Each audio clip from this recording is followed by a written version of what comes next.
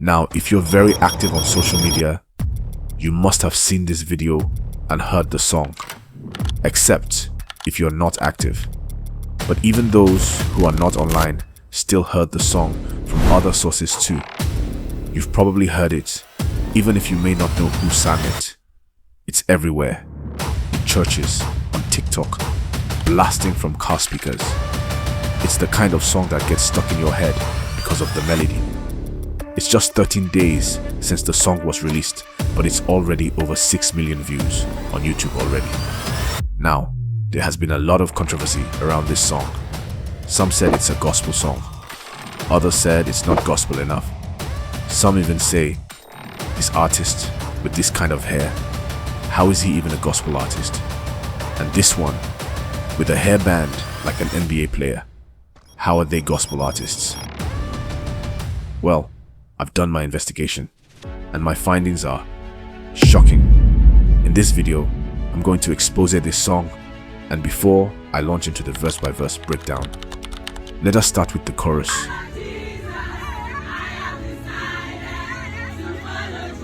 But before we start, I'd like to introduce our platform to you.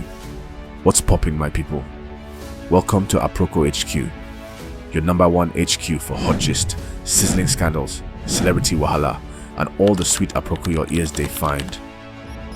If it's trending, controversial, spicy, and jaw-dropping, then the best place you can find such stories.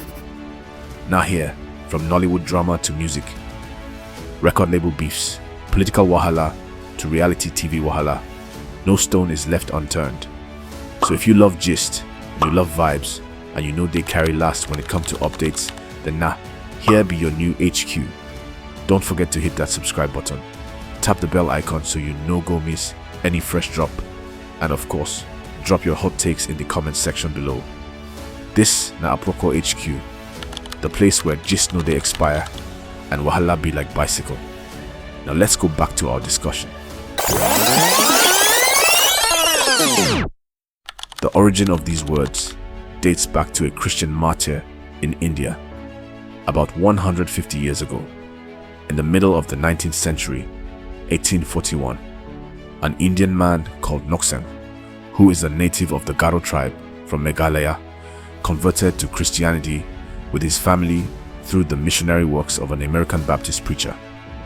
Prior to that time, there was a revival in Wales who sent some of the missionaries to the northeast India.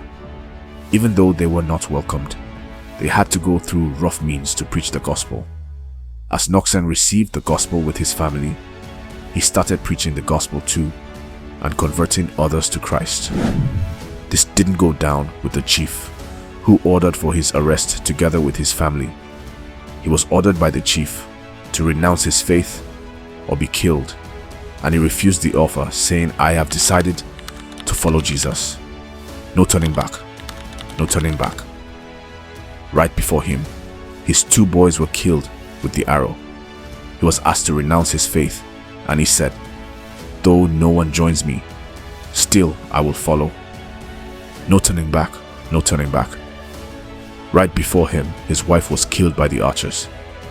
Leaving just him, he was asked again to renounce his faith, and he said, "The cross before me, the world behind me. No turning back, no turning back." He was shot dead together with his family. His conviction, even in the face of death, was what triggered the chief to seek for Christ, and that brought a massive revival in the village. The words of Nokseng was carefully put together by an Indian missionary called Sadhu Sundar Singh. The tunes were composed by an American hymn editor called Jensen Reynolds and was added to the hymn collection in 1959. This is the history of the song. It was born from a Christian's unfazed determination to stand for Christ, even in the face of death. It is not just any how Christian song that you can do whatever you want with. Now we all know the Hillsong. They sing gospel music. Sissy Winans too sings gospel. Yet, the 2 styles of music couldn't be more diverged. Hillsong plays rock-infused gospel. Their primary audience are young white people. Sissy Winans, on the other hand, sings R&B. Her primary audience are African Americans, but both have crossover appeal. Blacks people listen to Hillsong, and whites people also listen to Winans. The point being made is that there are different genres of gospel music: rap, Afro hip-hop, Afrobeat, reggae, contemporary crossover, classical. God targets different demographics with an assortment of music genres. Historical records show that many early Christian hymns were sung in a style called planchant or chant. This style sounded a lot like the music used in Jewish worship services at the time, as well as the everyday songs people sang in their towns during occasion and celebrations. But this wasn't just because it was easy to do. Choosing this familiar style was a smart way to help people connect with the new Christian message by using sounds they already knew and loved. The principle is also embedded in Paul's statement. Paul said, "I have adapted to the culture of every place I've gone so that I could more easily win people to Christ. I've done all this so that I would become God's partner for the sake of the gospel." You can see it in 1 Corinthians chapter 9 verses 22 and 23. It should come as no surprise, therefore, that there's Afro gospel music, because this is the style or genre that is familiar to the people. We didn't call Winans music worldly or say she's copying the world, even though she sings the same type of music as Beyonce and Mariah Carey. Neither do we condemn Hillsong music as worldly because of its rock infusion. Why then do we condemn Christian artists who sing Afrobeat and amapiano? It's double standard, prejudice.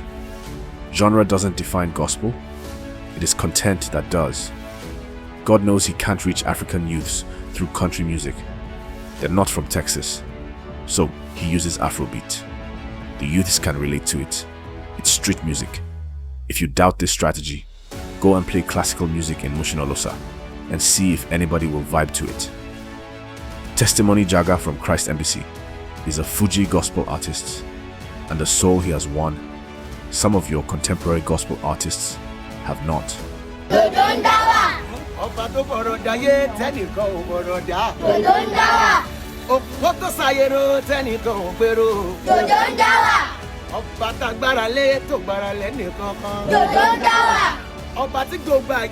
That secular musicians play Afrobeat doesn't exclude Christian artists from singing Afrobeat. When it comes to culture, God uses the established and familiar. If the centrality of the song is Jesus the Christ, if it worships, exalts, or venerates Him and brings the good news, hope, healing, comfort, succor, and encouragement, it is gospel music. The gospel is good news. With this whole controversy above if the song is gospel or not, I think the real problem is that our minds haven't evolved and we can't separate our personal culture from others. Kirk Franklin reached a generation Donmon could never reach because of his style. If you are not in a particular demography, there is no way you can understand what appeals to that generation. Don't call unclean what he has called clean. What do you think about this revelation? Please drop in the comments and share with friends.